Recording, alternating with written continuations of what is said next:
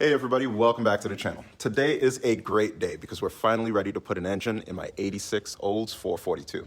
I'm really excited to share my knowledge and get your reactions to the power plant that I've chosen. The biggest goal is to share knowledge and empower others to do the same swap.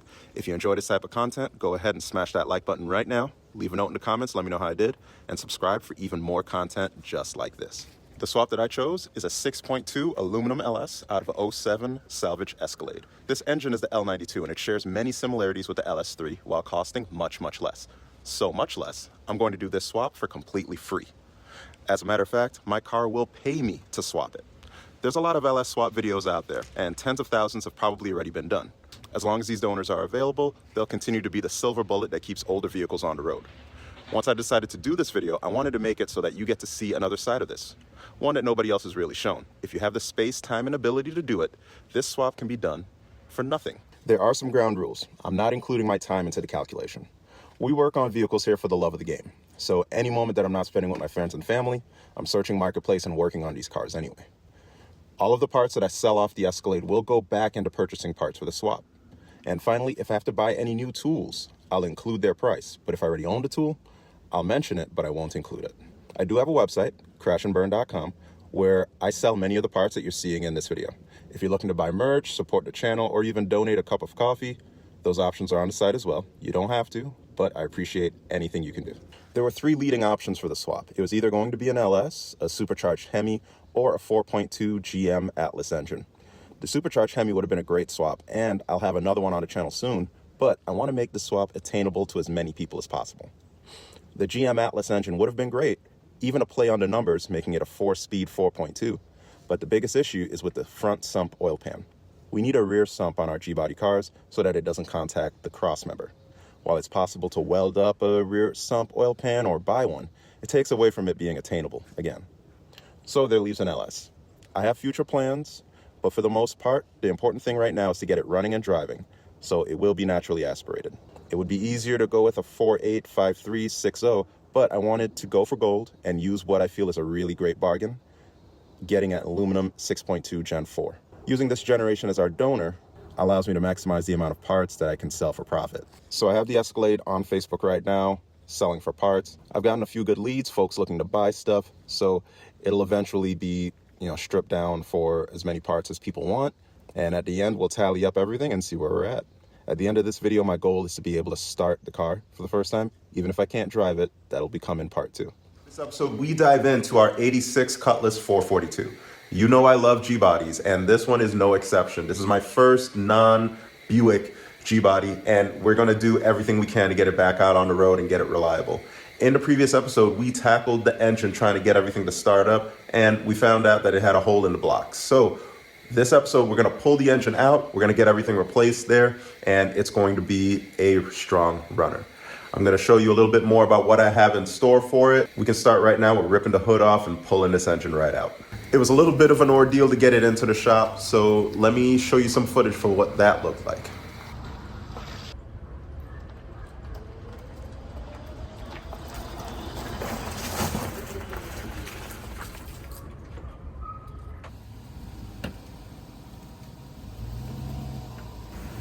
And thankfully we were able to get it back in. So let's start to rip everything apart. We'll get the hood off and we'll get this engine out tonight.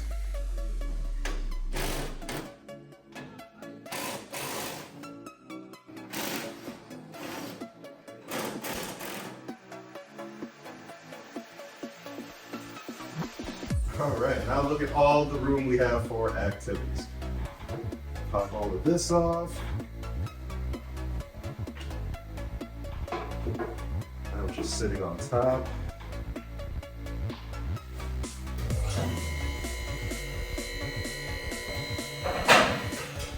I'm underneath the car and this bad boy is oily.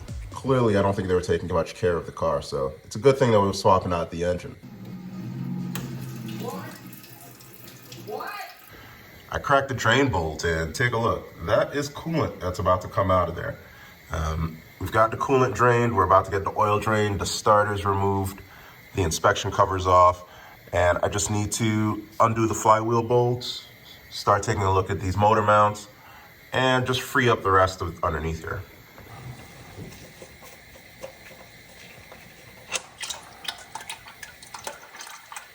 Oh man.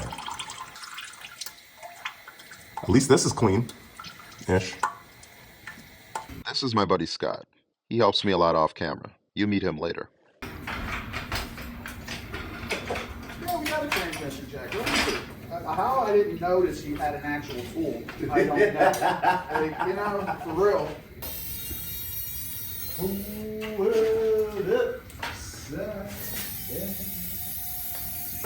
There you go. Not that you were planning on pulling the transmission, but I guess the car said you're pulling the transmission. I'm gonna go up a little bit so you can clear, unless you just want to He-Man it out. I don't want to. If you can go up, we can go up. My He-Man is over. Don't put the car in my bed. You good? All right, coming down.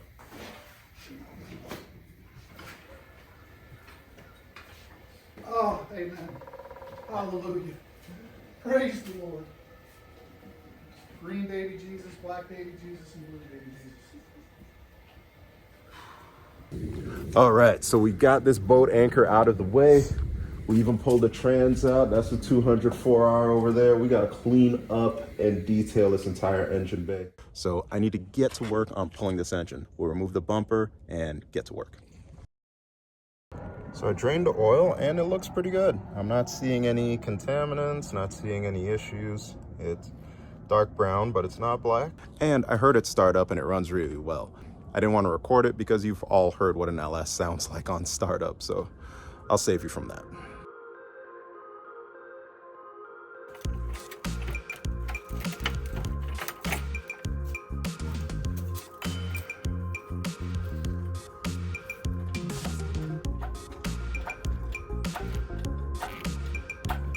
So we got the rest of the engine and the transmission with the transfer case out.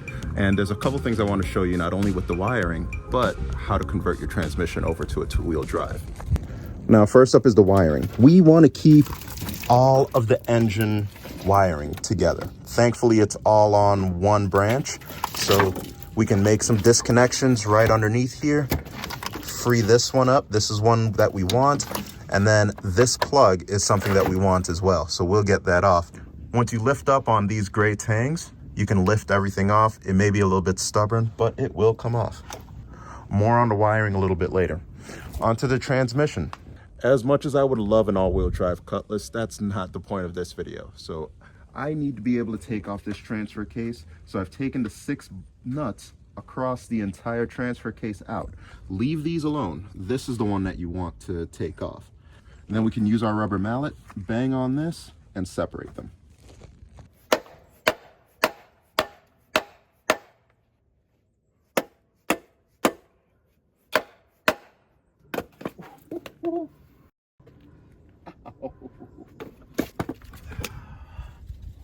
All right, so we're about to do it. We are officially swapping a LS engine into a G-body.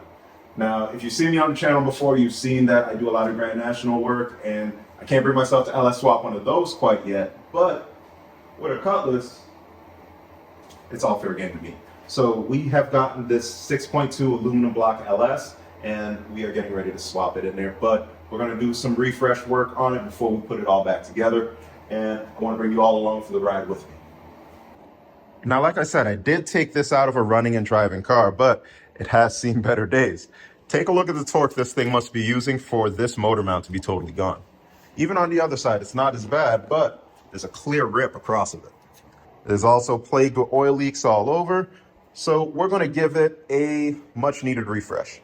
In addition to all of that, I'll be painting, rust removing, resealing, and putting ring gap in this engine. I don't plan to boost it in this episode, but in a future episode, I will put on some type of forced induction. Let me know in the comments what you would like to see. Taking a look at this steam port right here, it is crushed.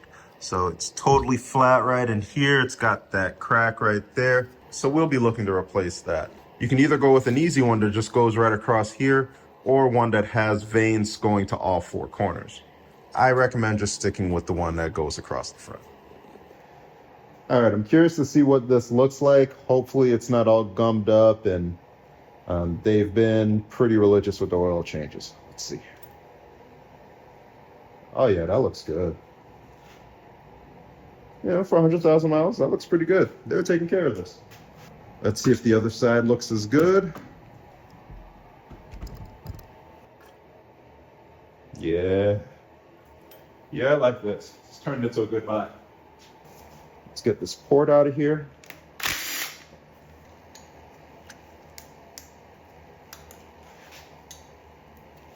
Whew, a little rusty there.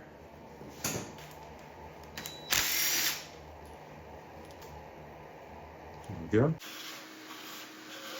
Tray.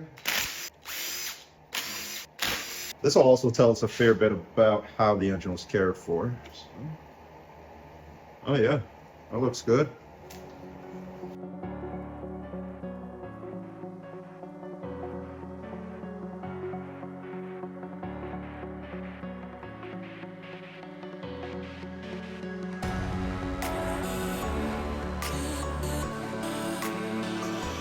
All right, I think we're ready to take it off. Okay, no hammer required. Put that back.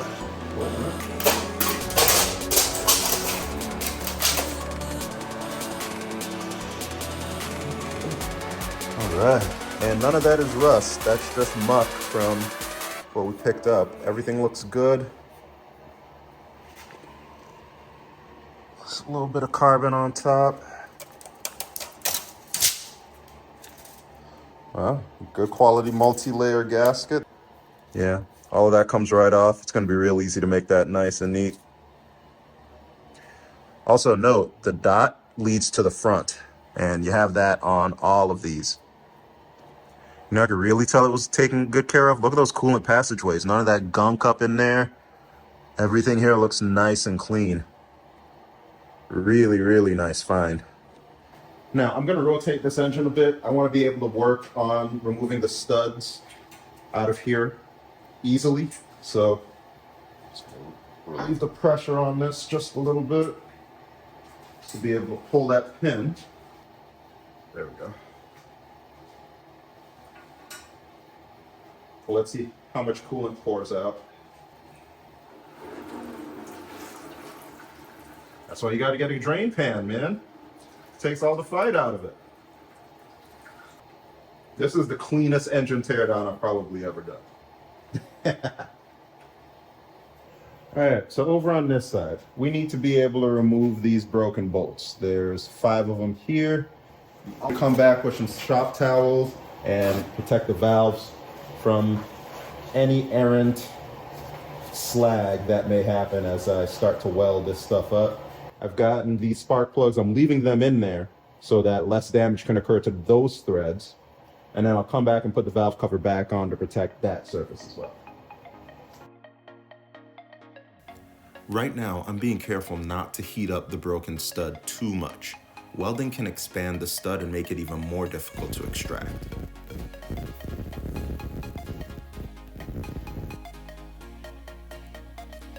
If you're running into a similar situation and you can't get it off, you may have to visit a machine shop or try to drill out the stud and tap the hole. You saw what little I had to work with there. I was a fingernail away from having to drill and tap that. Now look.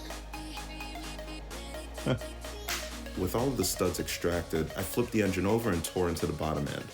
The final place engine sludge can build up is in our oil pan, and if it's clean, we know maintenance was kept up and this Escalade was a really good buy. Look at that, spotless. I took off the pickup tube and the windage tray. Hold on to that windage tray though.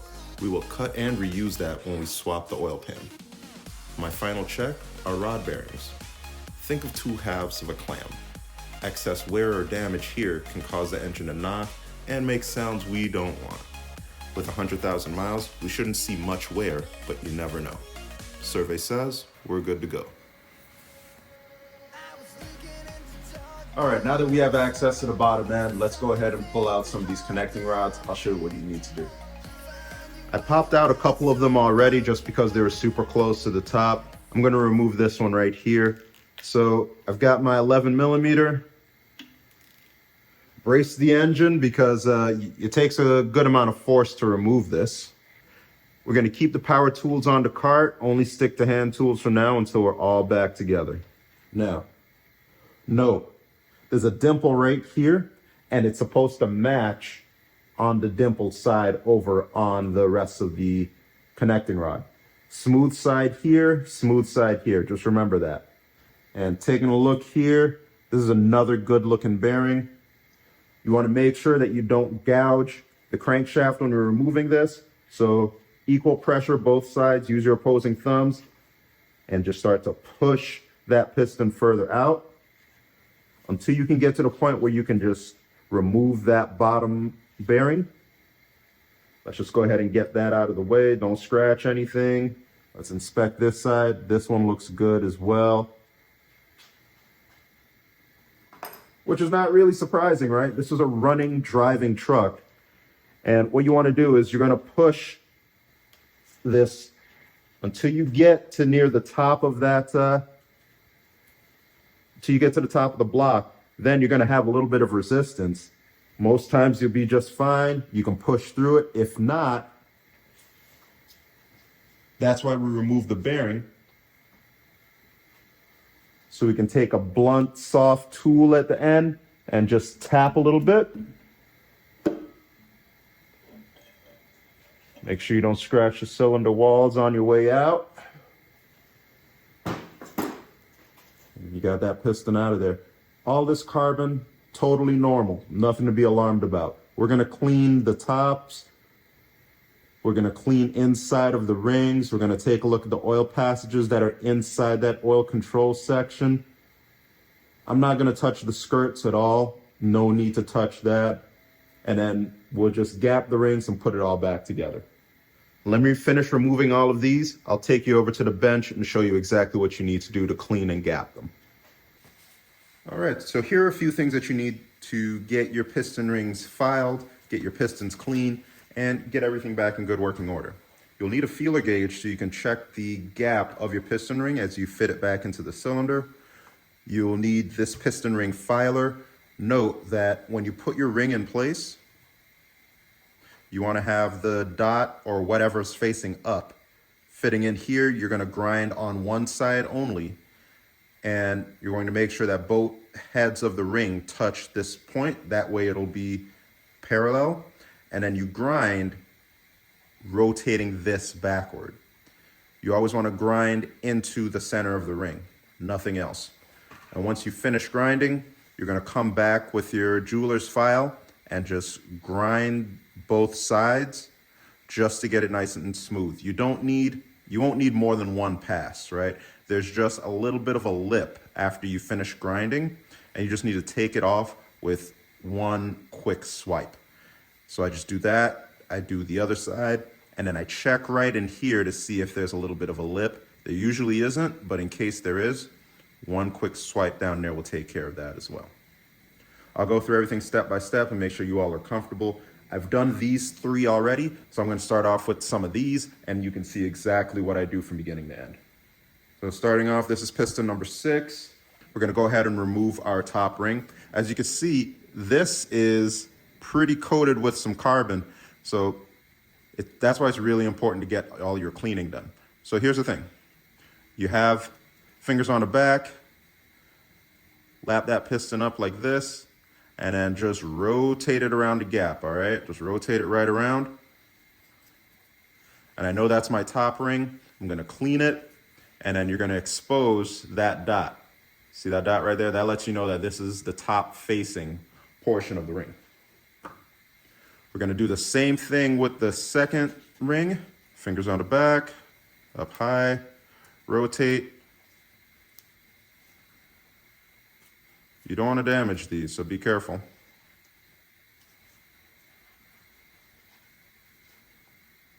There you go. See the same thing here? Dot right at the top. In case you lose track of which one is the top and which one is the bottom, the second ring usually has this carbon buildup, and that's usually because it's trying to fight down all the oil pressure from raising up. So keep that in mind.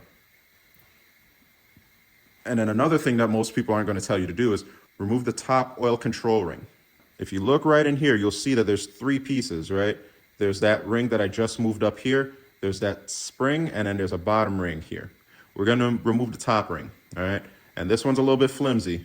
So it's gonna come off real easy, but just go ahead and remove that, put it to the side. I'm grabbing ring number 2. Just gonna clean it off real quick. Nothing super serious, right? Just cleaning it off. So that feels a lot better. Again, this is the second ring. Let's get over to the engine and I'll show you exactly what to do. Remember, this one is cylinder number 6. All right, so here's cylinder number 6. There's oil on the inside of the cylinder. Just gonna lightly clean it out just a little bit. I am going to set the ring in place. And here's what that looks like. I'm gonna go in just a little bit. I'm squeezing the ends of the ring. And then I'm going to fit it in place. Boom. Once that's done, I'm gonna take the top of the piston and push it in. That way we make sure that we have it evenly spaced within the bore. The top ring is usually around 17 thousandths. That's what I'm running into on most of these cylinders. The bottom or second ring that's here is usually around 24 to 27. And I'm just gonna take a quick measurement and make sure.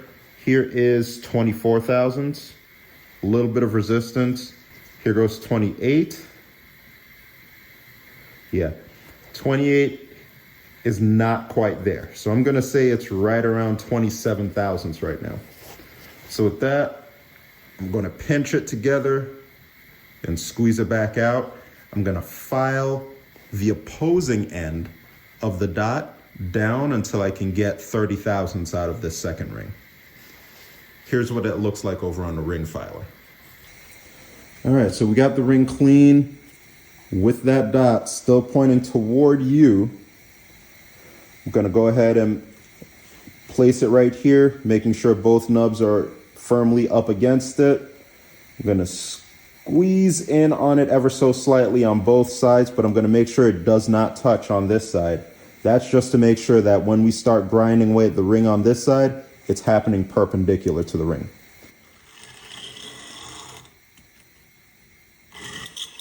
We're gonna keep the ring flat as we rotate this bar toward me. Once we feel like enough has been removed, I'm gonna try to butt up the ring and make sure there's no daylight between it, just to let me know that, hey, it's grinding the correct way. Because if it's grinding like this or if it's grinding like that, we're gonna be able to see it in the shape of gappage between the two rings. That's why you only grind one side. You have nothing to check it against if you do it the other way. I feel like I'm pretty close, so what I'm gonna do is, there's a little bit of a lip because I've been grinding against this side. There's a little bit of a lip, so I'm just gonna go ahead and remove that. Same thing on the other side. And then feel, okay, the bottom side is good. And then we'll get it over on the block and see how close we are. All right, here we go. Squeeze the ring, rotate it, pop it in, piston push, and now we'll take our feeler gauge. We were right around 26, 27 thousandths before, so we'll start there. So here goes 28. Yeah, 28 looks good. Here goes 3. 3 looks great. And let me try 30, 32. 32 doesn't catch. So I feel like we're exactly where we need to be. We'll pop this out. And then we'll move on to the other rings.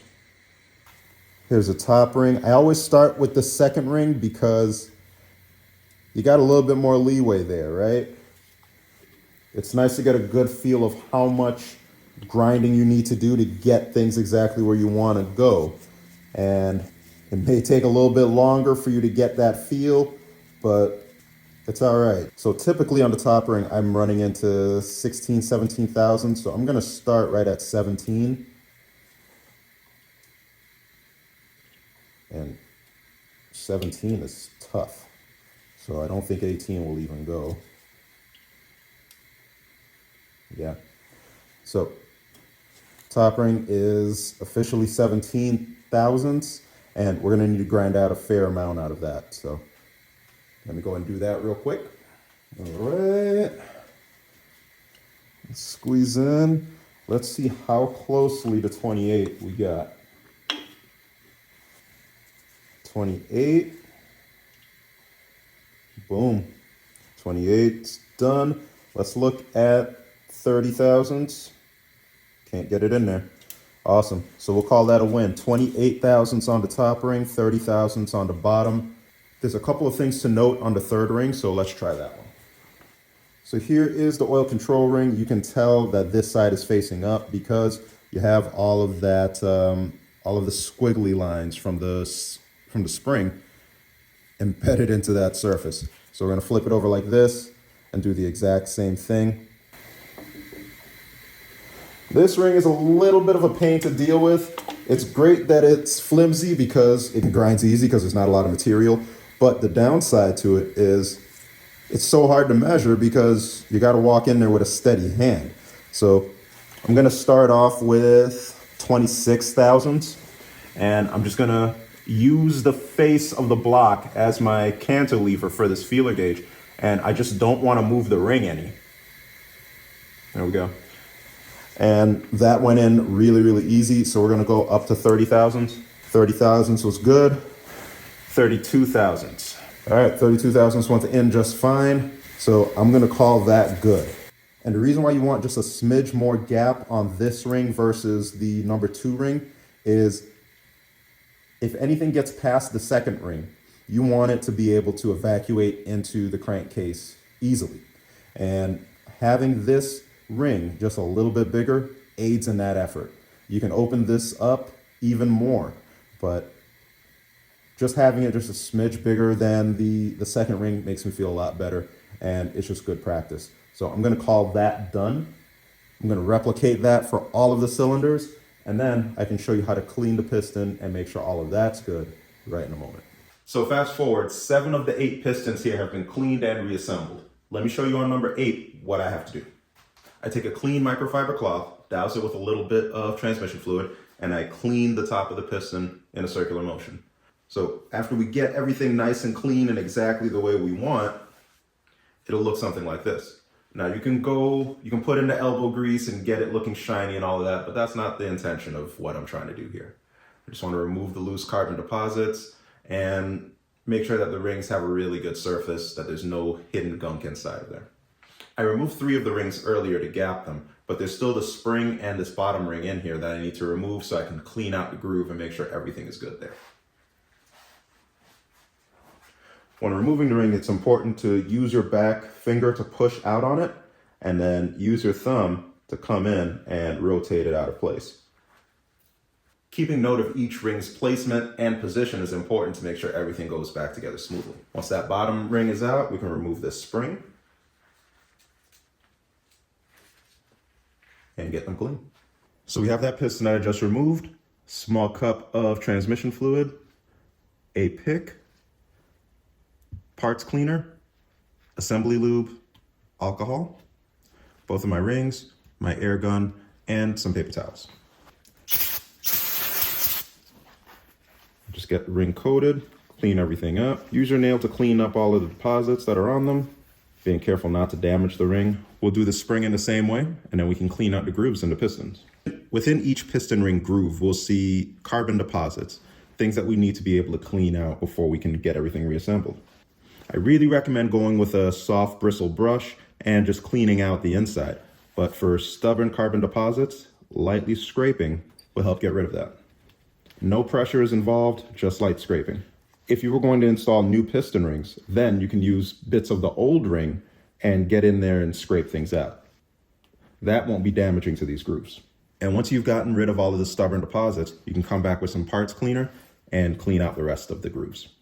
Once you finish, it'll look something like this. And I usually run a paper towel just in between the grooves of each of these just to clean out anything that's left over. Also take note, you have these oil passageways that go from the bottom into the oil ring. And you want to make sure that those are cleaned out as best as you can as well. Now that you have a clean, dry piston, it's time to start reassembling. I'm going to dab my finger into a little bit of transmission fluid and just coat the sides of the piston. I want some to get inside of the grooves because as I start to lay the rings in there, we don't want metal on metal. We'll start off with the spring. And the bottom rings are always super easy because, you know, they don't have a lot of fight in them. Remember, this is the side that faces the spring, so it's going to go underneath it. And it's just going to fit right in place. Rotate a little bit. Make sure it's fitting exactly like it should. And then I'll come back with this ring that we've gapped, and it'll go on top of the spring. There we go. We can rotate it a bit, make sure everything moves exactly like it should. Keep a little bit of pressure in them so they don't pop out of place, but there we go. Now we can concentrate on the top two rings. All right, so next up we're gonna do ring number 2. And just take note, there's our dot, so that's gonna be facing up. Just do the same thing as before, just a little bit of pressure. You can use a ring tool that kind of opens up the gap and gets it over, or you can just gingerly rotate it over, whatever you prefer, whatever you're comfortable with. It's more important for you just not to damage it. See, there we go. That looks good. Then rinse and repeat with our top ring. This one also has the dot. So rule of thumb is not only should the oil rings that are on the bottom be 180 degrees apart from the gap, you should also have these apart 180 degrees. Now with time, they're going to rotate anyway, but just as you're sticking it in. Now that everything is clean and nice, we're going to take care of this bearing surface now. It's important that you start off with a really clean surface, and then we're going to use our assembly lube to lubricate this side and then the other side on the cap. Just be sure that underneath this bearing, there's nothing. So if you pop this out, it's going to be dry here and dry here. Apply a little bit of assembly lube. Boom, boom, boom. Clean fingers. There you go. Do the same thing on the cap. Make sure you cover everything. Nice. Now we're ready for reinstallation. Cleanliness is the word of the day when you're putting all of this back together. Blow out the oil passageways on the crankshaft, replace the barbell if you want, lube up all of those critical surfaces, and start to reinstall the pistons and rods. This ring compressor tool is simple and it works really well. Once the rod is guided down, just tap with a hammer and torque down the caps. I put all the torque values for Gen 3 and Gen 4 engines in the description below. Once I finished here, I moved on to the lifters. I kept the stock cam for a few reasons, but I wanted to spring for fresh lifters because I don't plan on taking the head back off. Once the trays are unbolted, I use a set of pliers to lift them up and out of the bore. All right, so here are my lifters. And what you're gonna do is you're gonna pop them out, inspect them one by one, make sure that everything rotates freely. You're gonna run them underneath the parts washer just to clean up any bits of debris that may have been left over. And then we'll soak them in here with a little bit of oil and wait until they're ready to go in. All right, so now that our pistons are exactly where they're supposed to be, let's take off this harmonic balancer and clean up around here and inspect our camshaft and timing components. I'm using this ratchet pulley puller. You can also use a 3-jaw variety to get this off. And the really slick part about this is once you get it in here, those tangs come in here and then you can just twist them. And then when you start to apply tension via this screw, it'll pop it off, and it's a really positive connection. So I really like using this one, but it's not the only way to get it off. All right, let's get this bad boy off.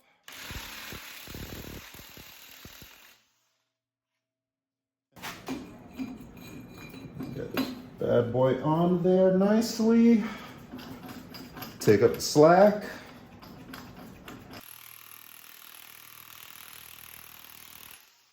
And this just looks crusty and worn out seal, so we're gonna get this off.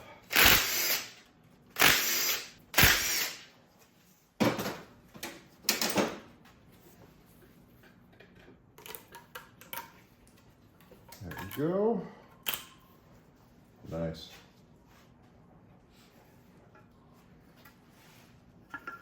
So here's our VVT sensor.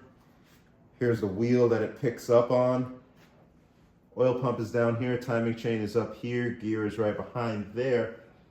And everything looks as good as what we've seen across the entire engine. Not a lot of, no gunk basically, so oil changes were kept up. Everything looks factory, doesn't look like anybody's been in the engine before. Really, really good find for an LS with, you know, about 100,000 miles. We've made a lot of progress on this 6.2. We've gotten the piston rings gap. Next up is to get it looking a little bit better. So I've gotten everything in primer right now. I'm going to spray it.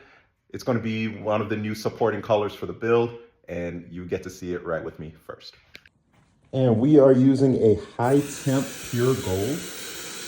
And that's going to be just what a doctor ordered for this Oldsmobile to get it looking exactly the way it should. Subsequent coats will kind of focus on getting complete coverage.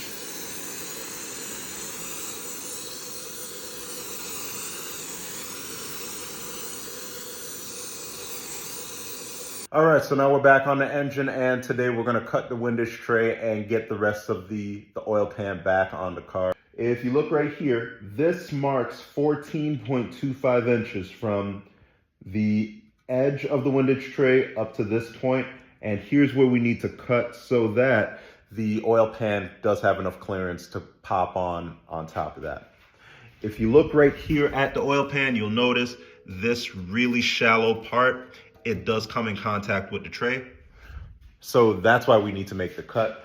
And we're mimicking an F-body windage tray by introducing that cut there. So I just marked everything across it, and then we can cut it. You gotta make sure that we leave enough material so that you can use the nuts that are here, and then we can get it gasketed and put everything back together.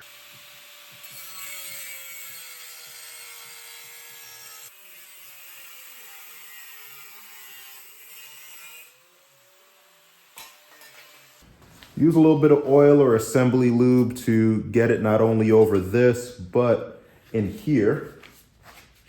You want to concentrate on getting that one in first, and then worry about slipping it over the stud.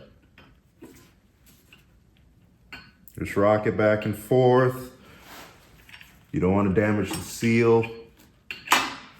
It'll suck in when it's basically ready to go on. And there you go. You'd be all set. Now, when you took off your old pickup tube, there's only one bolt that went in, but now you got two to deal with. So I'm gonna find a second stud that'll work here. Now we can start to button it back up.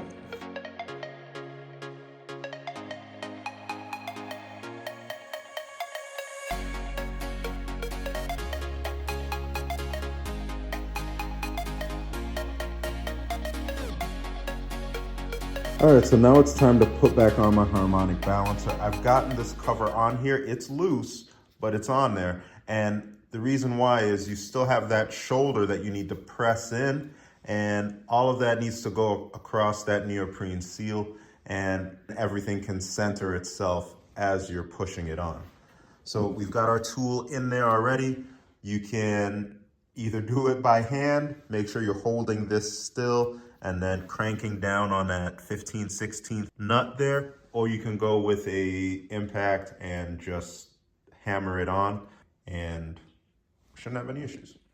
Now we're almost ready for the engine to go back in, but first I need to take care of pinning the crank. I haven't decided which type of force induction I'm going to go with, but one thing that I can do while I have the engine out and everything is nice and easily available is pinning the crank to make sure that no matter what kind of power I put to this thing, I know that the harmonic balancer is not going to spin off of the crankshaft. Now, I sell these on the website. They work for Hemi and LS engines, and it's really, really easy. All you need is the kit, a 15/16 socket, a drill, and you're off to the races. So we'll start off with our jig.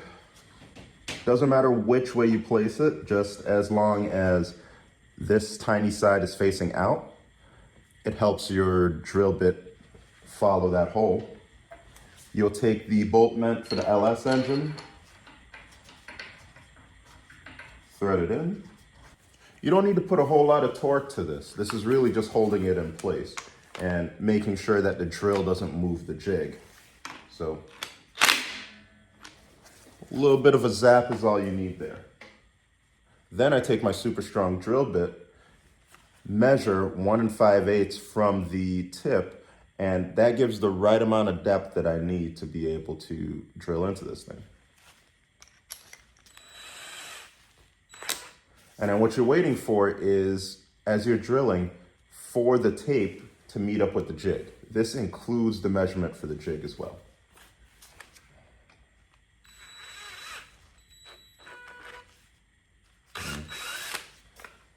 Let me put a fresh battery on here.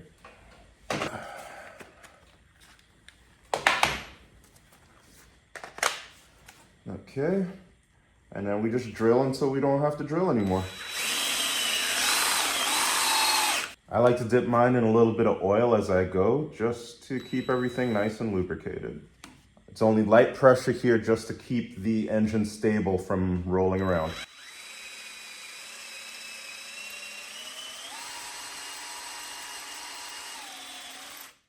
And once you've drilled all the way through, we can remove the jig.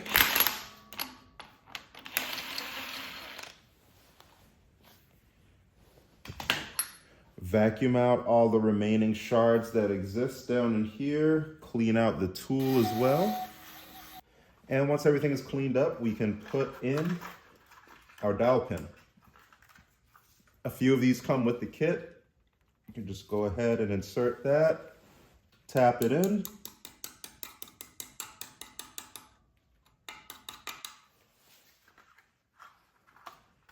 And now you can use your new bolt to torque everything down. So these lifters have been soaking for days, but 24 hours will do. What we want to do is make sure all of the air is out of these so that when we start to install it and build everything back up, during the process of first start, these lifters will already have some sort of lubrication in them. We got brand new trays and brand new lifters. Do not try to reuse the old lifters. You don't want them cracking on you. And once you're happy with them, they're all straight, they're all on there. Just go ahead and flip them right into place. The trays are directional, so you do want those openings, those cutouts facing down. And from there, you just rock them back and forth until they sit in place. Rinse and repeat for the other 12. Before you even start, it's important to blow out all of the cylinder bolt holes. Make sure there's no debris, no liquid, no nothing in there. We don't want anything preventing these bolts from going all the way down.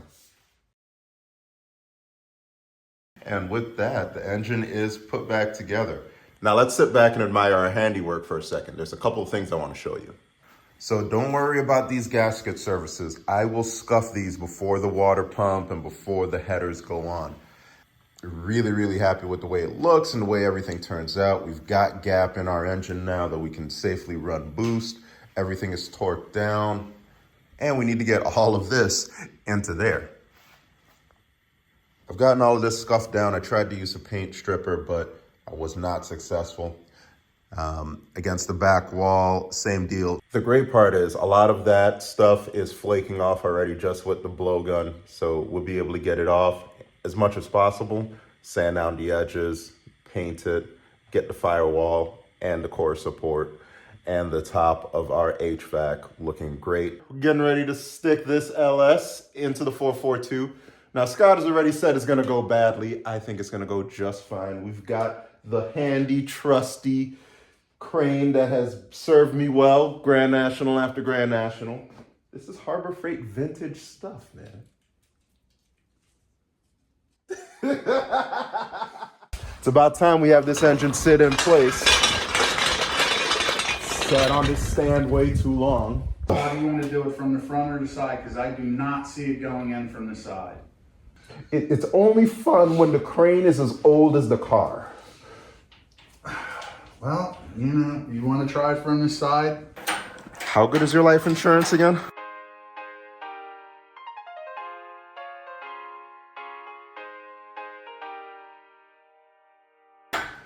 Only the best for you. No, the best is at my house. where I spent years gathering these tools to be so awesome. Wow. Maybe. Yeah. Maybe. Is this a throttle by wire? Yes, it is. So you gotta convert that. I'm gonna bring the pedal for the Escalade over to it.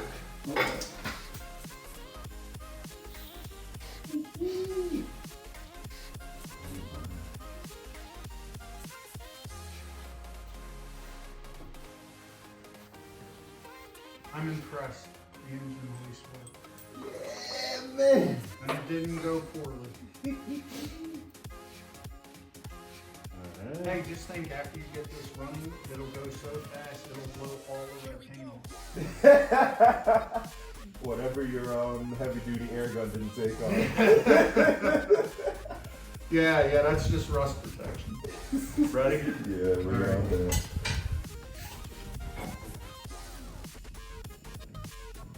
Easy.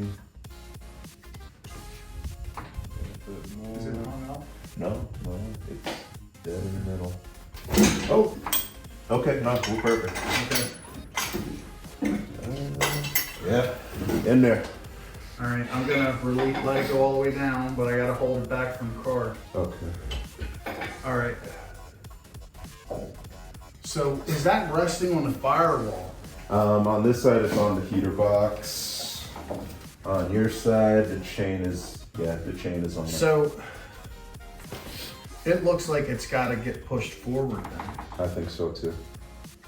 So it might be better to do it with the transmission attached to it. That way you can use the tranny jack to try to slide it forward. Yeah, and now we'll nail the trans mount, which it has some free play in it too. Right. But I like that. And the trans mount's made for that transmission, obviously. Mm-hmm. Okay.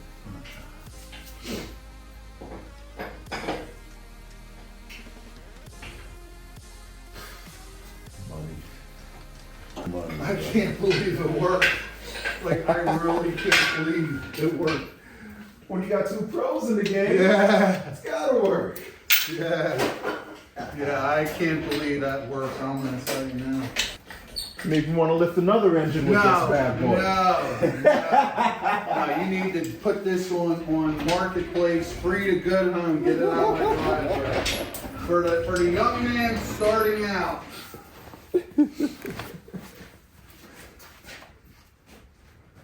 So that can still come forward, it looks like about a tiny bit.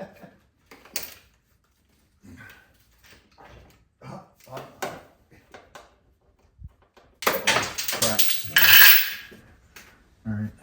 Okay. Whew.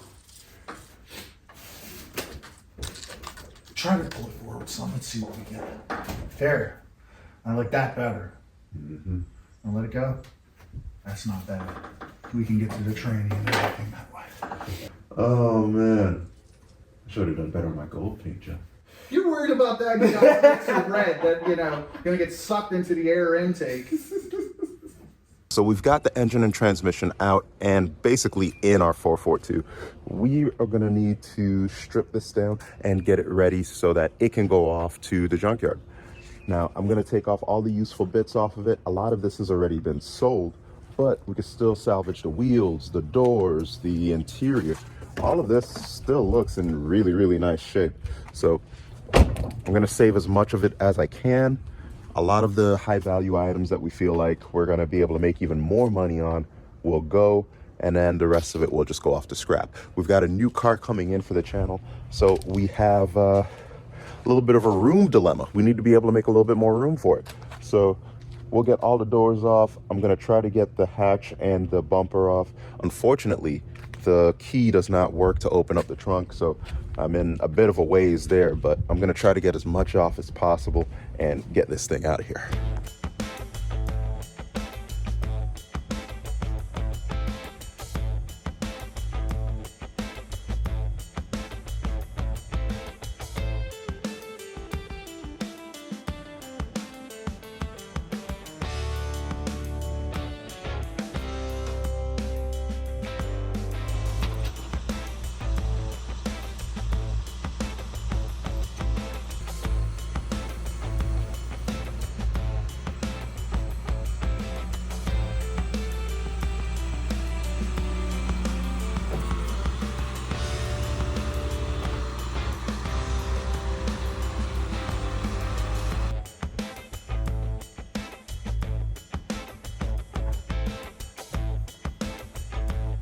All right, so we're getting closer and closer to first start, and I'm gonna omit the fuel system for now. I'm gonna omit a couple of things just so we can see it fire up and make sure that we didn't damage anything along the way. And for a lot of people, wiring is an uncomfortable topic to discuss, and that's why most people may opt for, a Holly or some other standalone system. Nothing against those other systems, but if you have the entire truck or if you have the entire wiring harness, you basically have what you need to get it going. I enjoy wiring. It is pretty much my favorite part of this. So I'm going to walk through it step by step with you. Make sure you understand it, make sure you're comfortable with it. And as always, if you have any questions, just check out my website, shoot a note, and let me know how I can help. All right, so when you get your entire harness set up and back in the car, you're gonna have 4 big plugs. These 2 will go to your ECM, that's your E38. And then you have these 2, which will have to go to whatever vehicle system you have set up to accept them. Now, rule of thumb is all of the pink wires, even if they have a white or a black tracer, they're your ignition ones. So they can all be lumped together, and as long as when you key on for ignition in your car, these get power, and when you key off, these don't get power, you're golden. There's a black wire right here, that's for ground. There's a big purple wire here, that's for your starter. And then there's a couple of other wires, brakes, things like that, that we need to iron out. That'll go to different places in the car. There are about 9 wires in here, and over half of them are going to go to control your throttle. All of the pink wires, pink with a white tracer, solid pink, pink with a black tracer, doesn't matter. They will all be controlled by ignition voltage. If your car is off, it shouldn't get power. If your ignition is on and you have dash lights on, that's when they should get 12 plus volts. So keep that in mind. You have a black wire right here. Of course, that's going to go to ground. You have a purple wire here. That is the starter energizer. So when you turn the key all the way to crank it up, that's the only time that one should get voltage. You have some other wires here that we'll dive into a little bit deeper. They're for drivability things. For instance, your transmission needs to know when the brake is applied so it can, unlock the clutch torque converter. It's not gonna know that unless you supply the required voltage here when needed. We'll dive into that one in the next episode when we're trying to get it on the road. This one has 9 wires going to it, and 6 of the 9 control your accelerator pedal. I'm keeping my drive-by wires set up, so I'm going to use this one along with my pedal. And if you got the wiring harness that was underneath the dash of the Escalade, great. You may need to lengthen it a little bit, but it'll give you everything you need from underneath the dash all the way over here. You just match up the colors, splice them together, so on and so forth. I'm gonna end up using a Deutsch connector on that one. We'll do that in the next episode as well, and just get a waterproof seal, and I can disconnect and reconnect it whenever needed. But what's left on the car now is I need to put some oil in it. I need to put some spark plugs and spark plug wires, and throw a battery in it, and we should be good to go. So let me take you through that.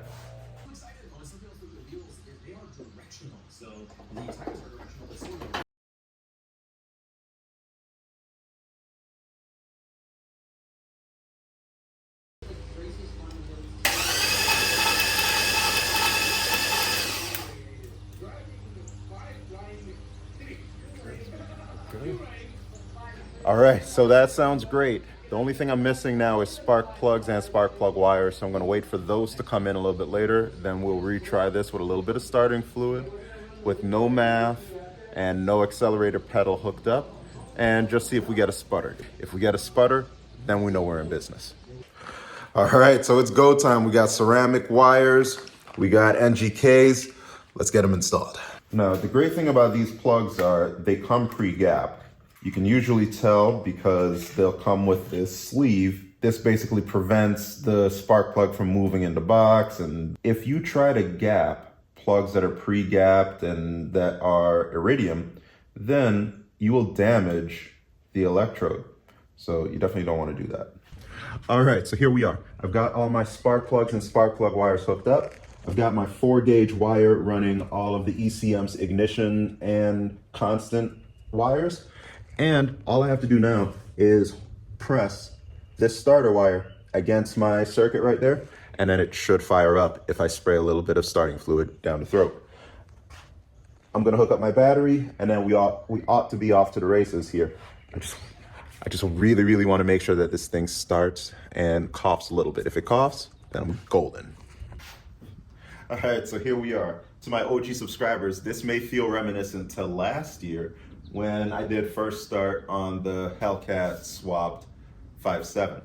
But this is maybe a little bit more nerve-wracking because I've taken off the pistons, I've done the rings, all of that, and messing around the wiring harness and doing all of this stuff. I'm pretty confident it's going to fire up.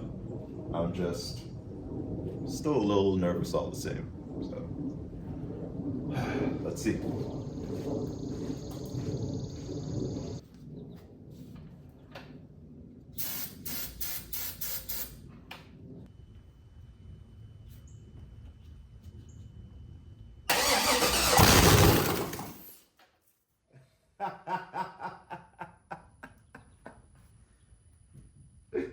Okay. Yeah.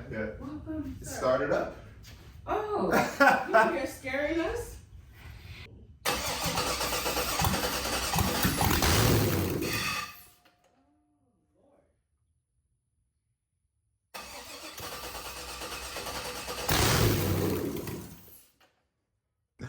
All right, so we're gonna have to leave it there. On the next episode, we're gonna start on the fuel system. We're gonna nail the cooling system. We're gonna get all of the other ancillary bits put back together, and hopefully we'll be able to take it for its first drive.